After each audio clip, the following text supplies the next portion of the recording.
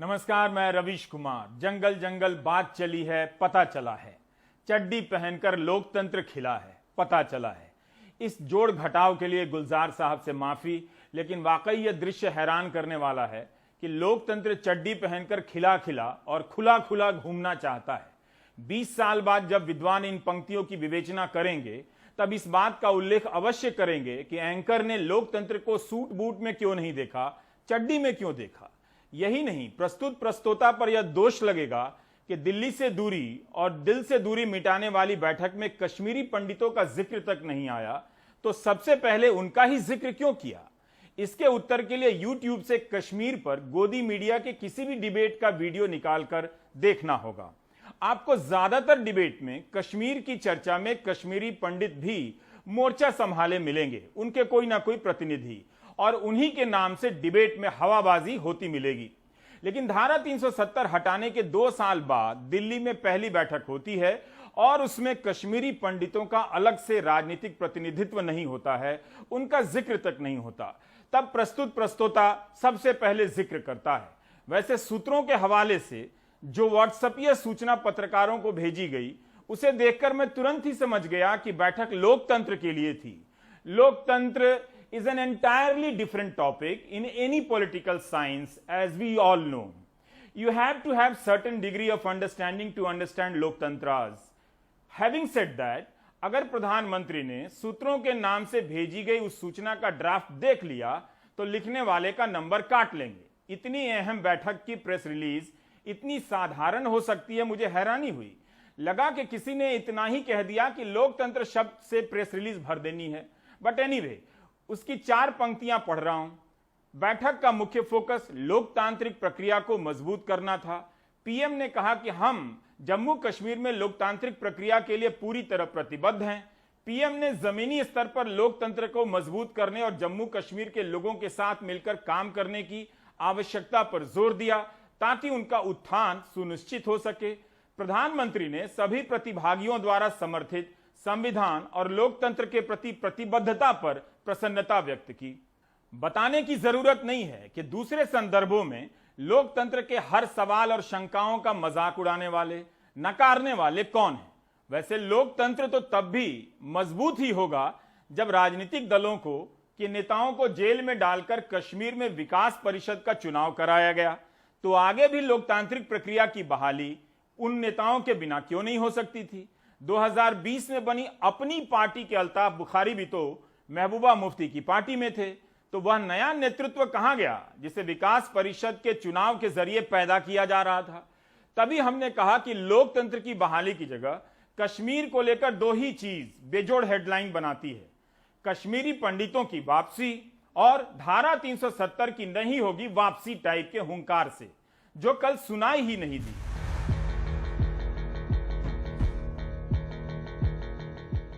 इसी जून महीने में कांग्रेस पार्टी के नेता दिग्विजय सिंह एक चर्चा में कहते हैं कि कांग्रेस अगर सत्ता में आई तो धारा 370 बहाल कर देगी। तो मध्य प्रदेश के मुख्यमंत्री शिवराज सिंह चौहान कहते हैं कि कांग्रेस पाकिस्तान की भाषा बोल रही है। धारा 370 की बहाली की बात कर कश्मीर में अलगाववाद और आतंकवाद को बढ़ावा देना चाहती है। बीजेपी ने चारों तरफ से हमला बोल दिया। लेकिन 24 जून को तो एक नहीं कई नेताओं ने प्रधानमंत्री और गृहमंत्री के सामने धारा 370 बहाल करने की बात कह दी, जो बीजेपी के अनुसार पाकिस्तान की भाषा है। ऐसा कहने वालों को बैठक से बाहर भी नहीं किया गया। किसी प्रमुख नेता ने, बीजेपी के किसी प्रमुख नेता ने धारा 370 की वापसी की बात करने वालों को नहीं ललकारा, ना ये कहा कि अगर ये शर्त है तो आगे कोई बातचीत नहीं होगी, मीटिंग खत्म होती है। अपनी पार्टी की तरफ से वज़ीर आज़म साहब को और सबको कहा कि जहां तक 5 अगस्त 2019 का फैसला है या जो किया गया, हम उसके साथ नहीं हैं, हम उससे सहमत नहीं हैं, हम उसको कबूल करने के लिए तैयार नहीं हैं। लेकिन उसकी मुखालफत में हम कानून को अपने हाथ में भी लेने के लिए तैयार नहीं हैं। हम अदालत का इस्तेमाल करके अदालत में जाके अपना पक्ष वहाँ पे रख के इस फैसले के खिलाफ जो है अपनी लड़ाई लड़ेंगे। मैंने बिल्कुल कहा उनको, मैंने कहा कि आपका एजेंडा था इसको हटाना, मगर अगर आपको हटाना था तो जम्मू कश्मीर की असेंबली को बुला के तब हटाना चाहिए था। इस तरह इलीगली और अनकॉन्स्टिट्यूशनली हटाने का कोई हक नहीं था। आपने इसको इलीगली हटाया, हम कॉन्स्टिट्यूशनली और लीगली इसको रेस्टोर करना चाहते हैं। बीजेपी के नेता धारा 370 की वापसी की बात को पहले की तरह नहीं ललकार रहे हैं। आज के दिन गृह मंत्री से लेकर बीजेपी अध्यक्ष के ट्विटर हैंडल पर गया, इसे लेकर कोई ललकारी बयान नहीं मिला। कश्मीर के मामलों में दिलचस्पी रखने वाले और ट्वीट करने वाले भारत के स्वास्थ्य मंत्री डॉक्टर हर्षवर्धन ने 24 जून की बैठक को लेकर ट्वीट किया है और लिखा है कि माननीय प्रधानमंत्री श्री नरेंद्र मोदी जी की अध्यक्षता में जम्मू कश्मीर के राजनीतिक दलों के साथ आज की बैठक से निश्चित रूप से घाटी फिर से हर्षाएगी और दल का दर्पण फिर चमकेगा। यह बैठक जम्मू कश्मीर के विकास व लोकतंत्र को मजबूती देने की दिशा में अहम कदम साबित होगी। इसी तरह गोदी मीडिया भी फंस गया है। पहले वह गृह मंत्री के सुर में सुर मिलाकर गुपकार गैंग को खूब ललकारा करता था।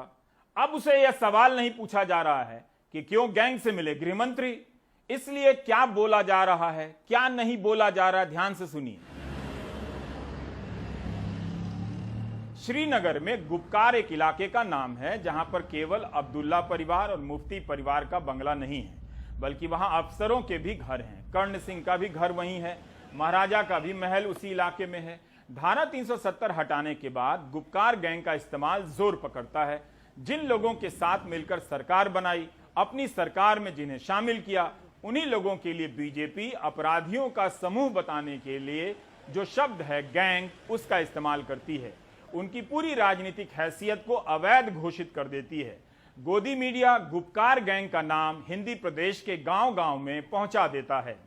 बीजेपी के नेताओं के खूब सारे बयान मिलेंगे कि गुपकार गैंग के लोगों ने रोशनी स्कीम में देश का सबसे बड़ा जमीन घोटाला किया है, कश्मीर को लूट लिया, पाकिस्तान परस्त हैं, भारत विरोधी हैं, कश्मीर दो परिवारों की जागीर बनकर रह गई है। यह ट्वीट गृहमंत्री अमित शाह का है। उन्होंने 17 नवंबर 2020 को ट्वीट किया है कि गुपकार गैंग दुनिया भर में जा रहा है। ये लोग चाहते हैं कि विदेशी ताकतें जम्मू कश्मीर में दखल दें। गुपकार गैंग ने भारत के तिरंगा का अपमान किया है। क्या सोनिया जी और राहुल जी गुपकार गैंग के ऐसे काम का समर्थन करते हैं? उसी दिन एक और ट्वीट करते हैं कि कांग्रेस और गुपकार गैंग जम्मू कश्मीर को आतंकवाद और उथल पुथल के दौर में ले जाना चाहते हैं। धारा 370 को हटाकर हमने दलितों, महिलाओं और आदिवासियों को जो अधिकार दिए हैं उसे फिर से हटाना चाहते हैं।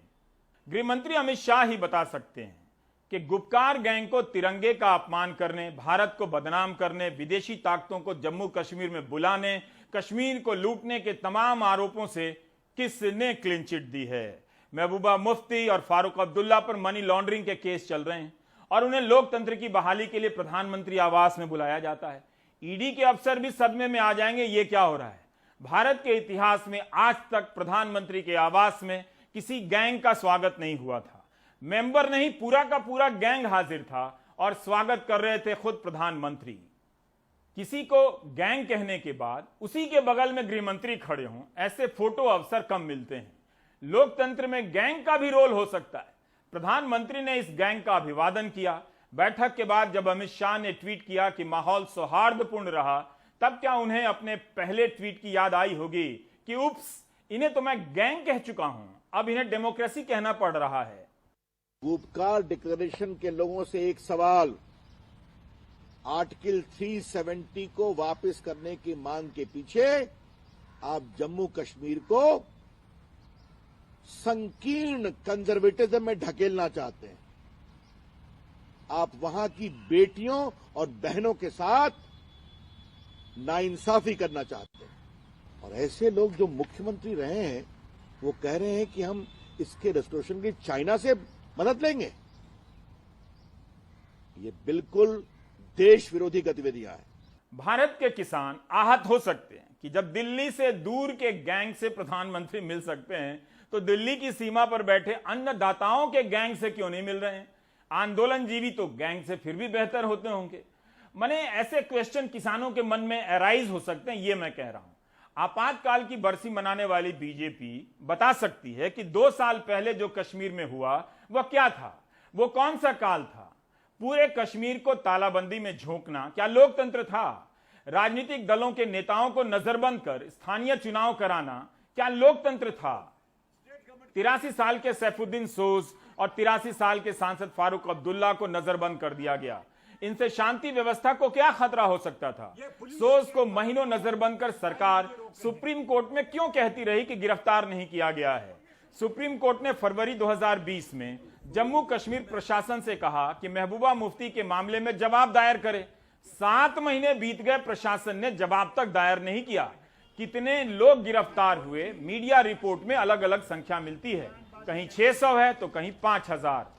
6 अगस्त 2019 को कांग्रेस सांसद राहुल गांधी ने एक बयान दिया कि संविधान का उल्लंघन कर चुने हुए प्रतिनिधियों को बंदी बनाकर जम्मू कश्मीर का एक तरफा विभाजन कर राष्ट्रीय एकता मजबूत नहीं होती है। देश लोगों से बनता है, जमीन के टुकड़े से नहीं। आज उन्हीं प्रतिनिधियों से बात करनी पड़ रही है। दिल्ली से दूरी का जुमला प्रयोग में आया है। कश्मीर दिल्ली से दूर नहीं था, दिल्ली कश्मीर से दूर हो गई थी। किसी को कश्मीर के नजदीक नहीं जाने देना चाहती थी। धारा 370 के हटने के बाद जब विपक्ष के सांसद वहां जाना चाहते थे तब क्या हुआ था? फ्लैशबैक में चीजों को देखिए तो समझ आएगा। धारा 370 हटने के बाद विपक्षी नेताओं का प्रतिनिधिमंडल राज्य के हालात का जायजा लेना चाहता था। उन्हें एयरपोर्ट से लौटा दिया गया। आप अभी इंटरनेट सर्च करें, इस खबर को अखबारों के पहले पन्ने से या तो गायब कर दिया गया या कहीं किसी किनारे में गैर जरूरी खबर की तरह छापा गया था। यहां तक हुआ था सैनिटाइजेशन। भारत की जनता के चुने हुए ये प्रतिनिधि राज्य का दौरा नहीं कर सके। दूसरी तरफ 30 अक्टूबर 2019 को भारी सुरक्षा के बीच श्रीनगर की सड़कों पर काली कारों का यह काफिला, आपको याद होगा, किसी अज्ञात एनजीओ की पहल पर यूरोपियन संघ के कुछ दक्षिणपंथी सांसदों का दौरा कराया गया। एनजीओ ने इनसे वादा किया था कि प्रधानमंत्री से भी मुलाकात कराएंगे।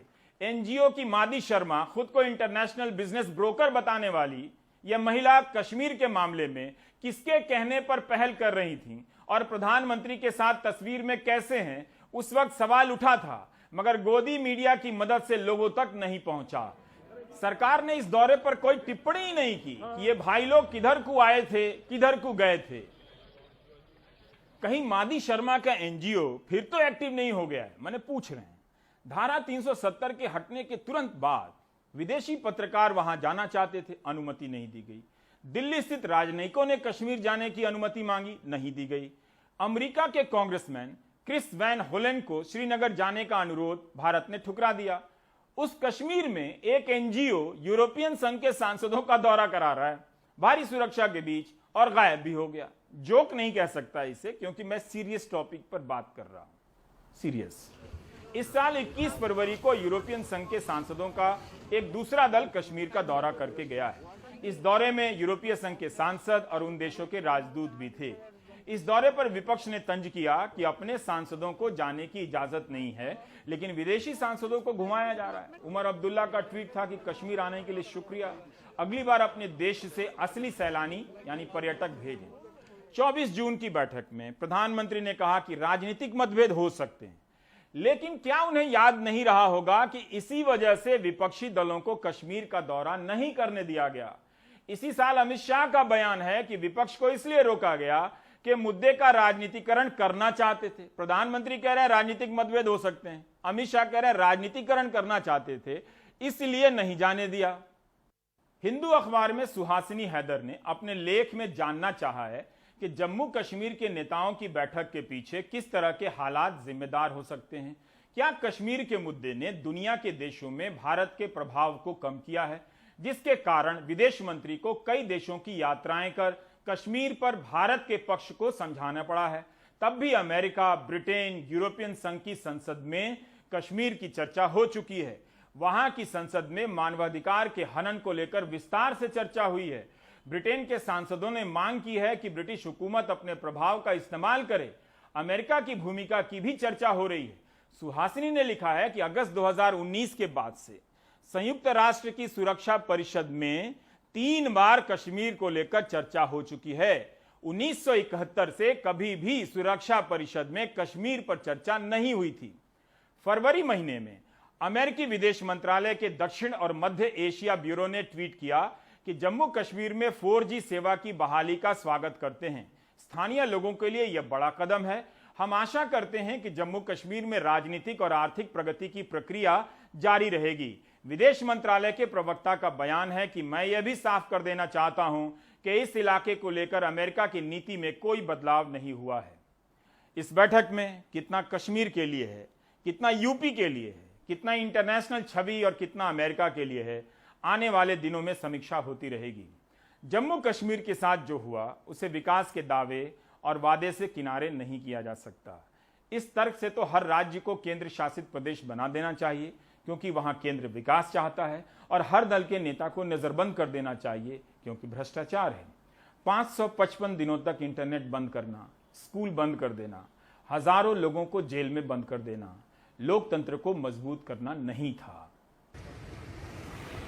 लॉकडाउन में रियायत की वजह से श्रीनगर में दुकानें खुली हैं, लेकिन व्यापार बहुत कम हो रहा है। ये तीसरा साल है जब कश्मीर में व्यापार पर बुरा असर हुआ है और हजारों लोग बेरोजगार हुए हैं। ये सब कुछ अगस्त 2019 में शुरू हुआ, जब सख्त कर्फ्यू महीनों तक रहा और दूरसंचार सेवाएं बंद थी। उसका असर अर्थव्यवस्था पर पड़ा। कश्मीर चेंबर ऑफ कॉमर्स और इंडस्ट्री के मुताबिक अर्थव्यवस्था को 50,000 करोड़ का नुकसान हुआ और करीब 4 लाख लोग बेरोजगार हो गए। इन सिचुएशन में आप देखिए बिजनेसेस को सरवाइव करना और फिर बैक टू बैक लॉकडाउन में हम कैसे सरवाइव करें। देखिए डेफरमेंट ऑफ मॉरेटोरियम बताना, डेफरमेंट ऑफ इंटरेस्ट पीछे लेना, बट ये पाइल अप होके हम कहाँ से दे पाएंगे जबकि एक दुकानदार हो या फैक्ट्री वाला हो, जब उसके पास वर्किंग डेज कम मिलते हैं। आप देखिए 40,000 करोड़ हमने जब एक साल, फिर ये महीना 2 महीना हमारी एक छोटी सी जगह है, फिर भी आप 10,000 करोड़ ले लीजिए, हमारा बिजनेस लॉसेस हो जाते हैं। और इस दौरान जो ये 4-5 लाख लोग बेरोजगार हो जाते हैं, आपके स्किल लोग हैं। राज्य का दर्जा वापस लेने के करीब 2 साल बाद केंद्र ने फिर घाटी के नेताओं से संपर्क किया है, लेकिन इससे कई सवाल उठ रहे हैं। क्या प्रधानमंत्री नरेंद्र मोदी को यह महसूस हो रहा है कि उनका निर्णय जमीन पर काम नहीं कर रहा, या फिर अंतर्राष्ट्रीय मजबूरियों की वजह से उन्हें कश्मीरी नेताओं से मिलना पड़ रहा है? 5 अगस्त 2019 के फैसले ने जम्मू कश्मीर की तस्वीर और तकदीर भी बदल डाली है। विकास सिर्फ कागजों और सरकारी इश्तिहारों में नजर आ रहा है। जमीनी हकीकतें कुछ और कहानी बयान करते हैं। पिछले 22 महीनों से लोग बेयकीनी और बदहाली के दलदल में फंसे हैं। हजारों लोग रोजगार से हाथ धो बैठे हैं। हजारों लोगों को जेल जाना पड़ा। दुनिया के लंबे तरीन इंटरनेट ब्लॉकेड से कश्मीर को गुजरना पड़ा। इस दौरान कश्मीर को बहुत कुछ सहना पड़ा है। सरकार के सामने चुनौती इस सौतेलेपन के एहसास को दूर करने की है। हाल ही में गांदरबल में एक शख्स साजिद रशीद सैफी को बस इसलिए गिरफ्तार कर लिया गया कि उसने गांदरबल के डीएम को बाहरी बताया था। तेज इंटरनेट इस साल फरवरी में जम्मू कश्मीर में बहाल किया गया। 18 महीने तक तेज इंटरनेट को सस्पेंड रखा गया था। इंटरनेट पर बैन पर अजीब तरह की दलीलें सामने आती रहीं। जैसे डिस्ट्रिक्ट डेवलपमेंट काउंसिल के चुनाव के वक्त गृह सचिव ने कहा कि आतंकवादी और वो लोग जो शांति के विरोधी हैं गड़बड़ी कर सकते हैं। सफल चुनाव और भारी संख्या में लोगों की भागीदारी के बाद भी बैन को बढ़ा दिया गया। इस बार कहा गया कि सफल चुनाव होने की वजह से वो तत्व बेचैन हैं जो शांति के दुश्मन हैं। इस तरह के फैसले लगातार आते रहे और कश्मीर में दुनिया का सबसे लंबा इंटरनेट शटडाउन हुआ जो 555 दिन तक चला। बिफोर अगस्त 19 हमारे डेली ऑर्डर्स ऑलमोस्ट 80 to 100 जाते थे कश्मीर के और रेस्ट ऑफ इंडिया के। फिर जब जैसे ही अगस्त 19 हुआ तो एब्रप्टली इंटरनेट शट डाउन हो गया और कर्फ्यू लग गया। तो फॉर 3 months हमारे ऑर्डर्स 100 to 0 हो गए।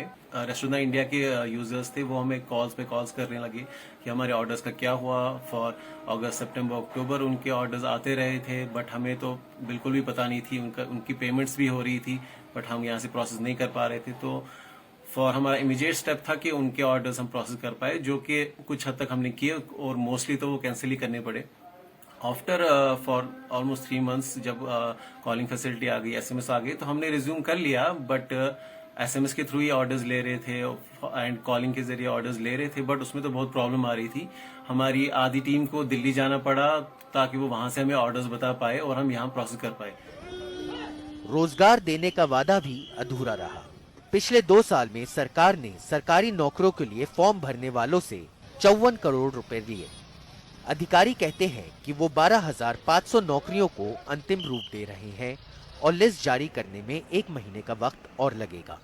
अगर सरकार की पिछले 2 साल में सफलता की बात करें तो 100 नए कॉलेज की शुरुआत हुई, लेकिन इनके लिए इमारतें नहीं बनाई गई, न ही शिक्षकों की नियुक्ति की गई। राजनीतिक नेताओं का कहना है कि उन्हें नहीं पता प्रधानमंत्री ने ऑल पार्टी मीटिंग क्यों बुलाई। हालांकि इससे बातचीत के दरवाजे खुले हैं, लेकिन इसकी कोई गारंटी नहीं कि ये बातचीत कहां तक आगे जाएगी।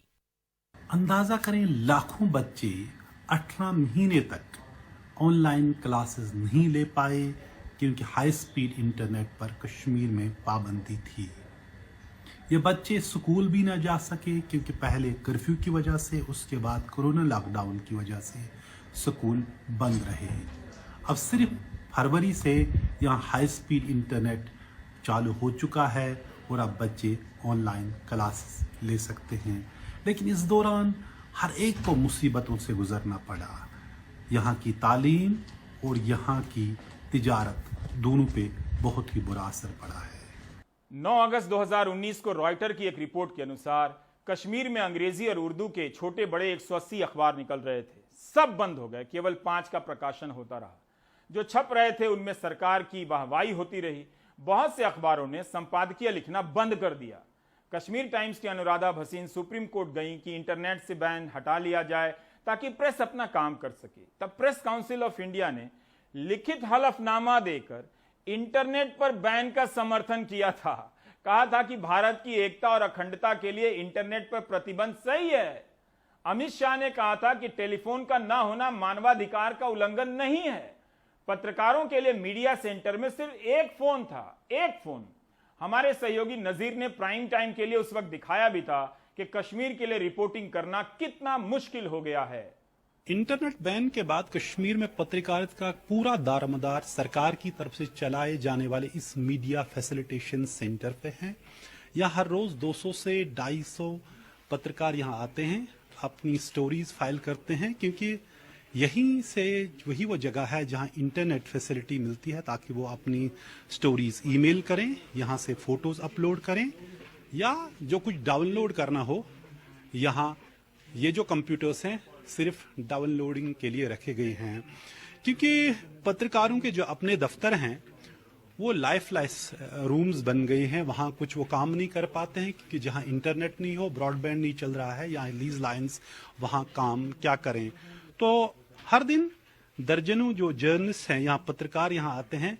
पल्स पोलियो की तरह उनको भी यहाँ इंटरनेट के डोजेस दिए जाते हैं ताकि वो अपनी बारी का इंतजार करें यहाँ और फिर इंटरनेट का कुछ देर के लिए इस्तेमाल करें।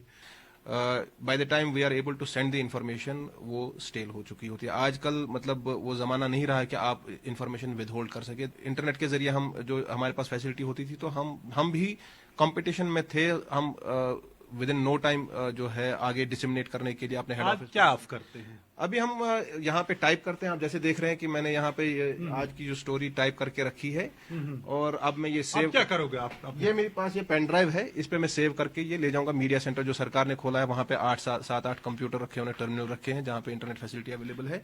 वहाँ जाके भी कोई श्योरिटी नहीं है कि मैं जाऊंगा और मेरे लिए वहाँ एक टर्मिनल वेट कर रहा होगा। सिर्फ बता रहा हूं कि 24 जून की बैठक से पहले जम्मू कश्मीर में लोकतंत्र की प्रक्रिया किस तरह से मजबूत की जा रही थी। कांग्रेस ने मांग की है कि पहले राज्य की बहाली हो, फिर चुनाव हो। कश्मीर के लोग इस बैठक को किस तरह से देख रहे हैं, नजीर ने कुछ लोगों से बातें की हैं। हालात बदतरीन से बदतरीन होते जा रहे हैं जी। कर्जा चढ़ रहा है जी। काम तो आपको पता है कुछ नहीं। ये पिछले आप 2 साल से, मैं 3 साल से बोल रहा हूँ, जब से दफा 370 टूटा है तब से लेके अब तक हालात बिल्कुल बदतरीन से बदतरीन होते जा रहे हैं। और जो कसर रही थी वो तो आपको पता है वो कोविड ने खत्म की है सब। तो सरकार ने कहा था अब एम्प्लॉयमेंट मिलेगी, विकास होगा। कुछ आपका विकास हो रहा है या नहीं? कुछ कौन सा विकास हो गया? कुछ विकास नहीं किया सरकार ने। खाली 1,000 रुपया डाला, उसमें वो भी आधा ही को मिला है। 2 अगस्त 2019 को जब यहाँ सरकार ने एडवाइजरी जारी की कि यहाँ से टूरिस्ट चले जाएं, यात्री को भी बताया गया, तब से संभल नहीं पा रहा है। नहीं, तब से कुछ यहाँ पे कुछ नहीं हुआ है। विंटर में कुछ टूरिस्ट आए थे ना, विंटर में आए थे। विंटर में आए थे टूरिस्ट, विंटर में आए थे टूरिस्ट, आने लगे थे मार्च में आए, फरवरी में आए, लेकिन जो उसके बाद कोविड का मसला हुआ उसने तो सब ठप कर दिया है। तो आज जो कर्फ्यू, लॉकडाउन और इंटरनेट की बंदिशों ने कितना आप पे असर बहुत डाला? बहुत असर डाला इंटरनेट के बंदिशों ने। कोई इंटरनेट पे बुकिंग करता था, पता होता था किधर में कितना कमरा मिलेगा टूरिस्ट को भी। और जब टूरिस्ट वहाँ से अभी आते हैं, जब इंटरनेट बंद हुआ है, जब टूरिस्ट आते हैं उनको मजबूरन यहाँ ज्यादा पैसा देना पड़ता है क्योंकि इंटरनेट में सहूलियत नहीं है।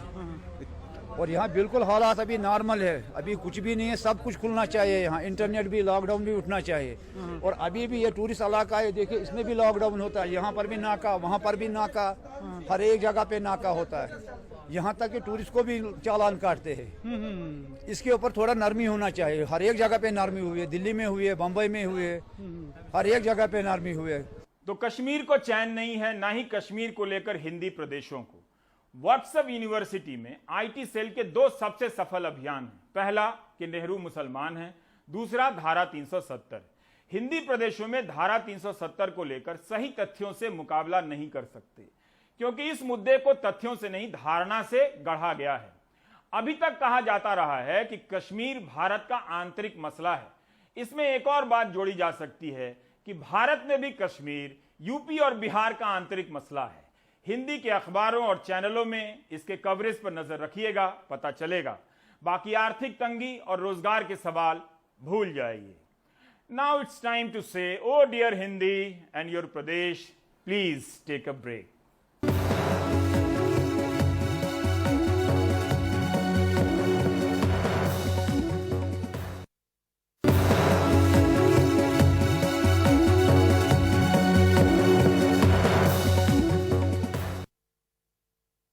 बाहरी दिल्ली के 14 गांवों में 100% टीकाकरण के लिए एक अनोखी प्रतियोगिता चल रही है। बाहरी दिल्ली के गांवों में वैक्सीन लगाने को लेकर क्या क्या चुनौतियां हैं, कैसे दूर किया जा रहा है, रविश की ये रिपोर्ट देखिए। कोरोना वायरस से रास्ते से बचने का एक तरीका वो है वैक्सीनेशन। नहीं भैया, नहीं यार, नहीं। क्यों भाई वैक्सीन नहीं लगवाऊंगा यार। क्यों नहीं? अरे मेरे पड़ोसी ने लगवाई थी, उसको बुखार हो गया था यार, तेरे को बुखार हो जाएगा ना खासता। बाहरी दिल्ली के पंजाब खोड़ गांव में एक नुक्कड़ नाटक के जरिए लोगों को टीकाकरण के प्रति जागरूक बनाया जा रहा है। अच्छा, अगर आपको खुदा ना खास्ता कोविड हो भी गया, कोरोना हो भी गया, तो इतना गंभीर नहीं होगा कि आपकी मौत हो जाए। गांव के सबसे बुजुर्ग शख्स सतबीर सिंह भी सबको समझा रहे हैं। अब रही बात ये कि जो तीसरी बीमारी आने वाली है, उसके लिए हमने क्या करना है, सब ने अपना ये टीका लगवाना है। 2 गज की दूरी अभी भी है जरूरी। वैक्सीन लगवाने के लिए लोगों को यहाँ शपथ भी दिलाई जा रही है। अपने आस पड़ोस और गली में सबको जागरूक करेंगे कि वो समय पे अपनी वैक्सीन लगवाएं और गांव को कोरोना मुक्त कराएं। इन 15 गांवों में सबसे पहले जो 100% वैक्सीनेट गांव होगा उसको इनाम भी दिया जाएगा। तो एक तरीके का अभियान चलाया जा रहा है, प्रतियोगिता चलाई जा रही है गांवों के बीच में कि कौन सबसे पहले 100% वैक्सीनेट होता है। लेकिन टीके के सामने सबसे बड़ी चुनौती अफवाह है। इसे दूर करने के लिए जिला प्रशासन की टीमें अब गांव में घर घर जा रही हैं। हम भी एक ऐसी टीम के साथ चल पड़े।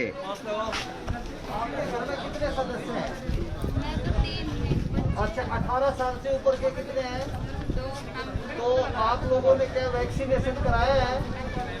कब करवाएंगे? प्लान किया है कुछ? अब रजिस्ट्रेशन की आवश्यकता है और जो आपको वहाँ पे अच्छे से वैक्सीनेट किया जाएगा, यानी टीकाकरण किया जाएगा। ये गांव के लोगों को वैक्सीन लगवाने के लिए राजी कर रही हैं, लेकिन जितने लोग उतनी ही तरह की अफवाहें। कुछ सुनाई पड़ा है क्या हिचकिचाहट के इस बात को लेकर? कुछ सुना है आपने क्या कि वैक्सीन लगवाने से ये होता है वो होता है, इसी वजह से नहीं लगवाया? हाँ, थोड़ा भाई को खत्म हो गया, वो हो गया ऐसे, डर के मारे नहीं लगवाया। अच्छा, डर के मारे।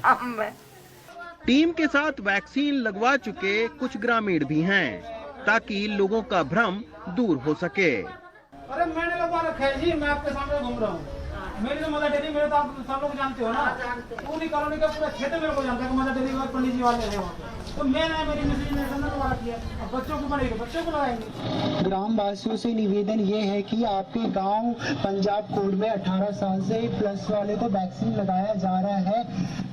प्रशासन अब ये भी सर्वे कर रहा है कि कंझावला तहसील के 14 गांवों में कितने फीसदी लोगों को वैक्सीन लग चुके हैं।